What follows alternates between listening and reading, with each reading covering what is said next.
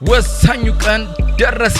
የኢትዮጵያ ከ17 ዓመት በታች ብሔራዊ ቡድን በሀገራችን አዘጋጅነት እየተከናወነ በሚገኘው የሴካፋ ከ17 ዓመት በታች ውድድር እጅን በግርምት አፍ ላይ የሚያስጭን ብቃቱን እያሳየ በአስደማሚ የስኬት ጎዳና ላይ እየተጓዘ ይገኛል። ተሰጥኦ ሞልቶ የሚፈስበት ብሔራዊ ቡድናችን ለአፍሪካ ዋንጫ ማለፉን ለማረጋገጥ እንዲሁም ለሴካፋ የፍጻሜ ጨዋታ ለማለፍ የፊታችን እሁድ ህዳር 21 በአበበ ቢቂላ ስታዲየም ወሳኝ ጨዋታውን ከዩጋንዳ አቻው ጋር ያደርጋል።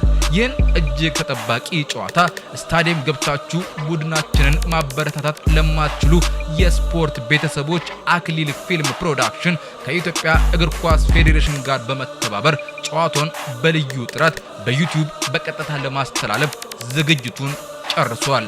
አዎ ታሳኩታላችሁ። ሀገራችን በአፍሪካ መድረክ ትወከላለች። ድል ለኢትዮጵያ ከ17 ዓመት በታች ብሔራዊ ቡድን።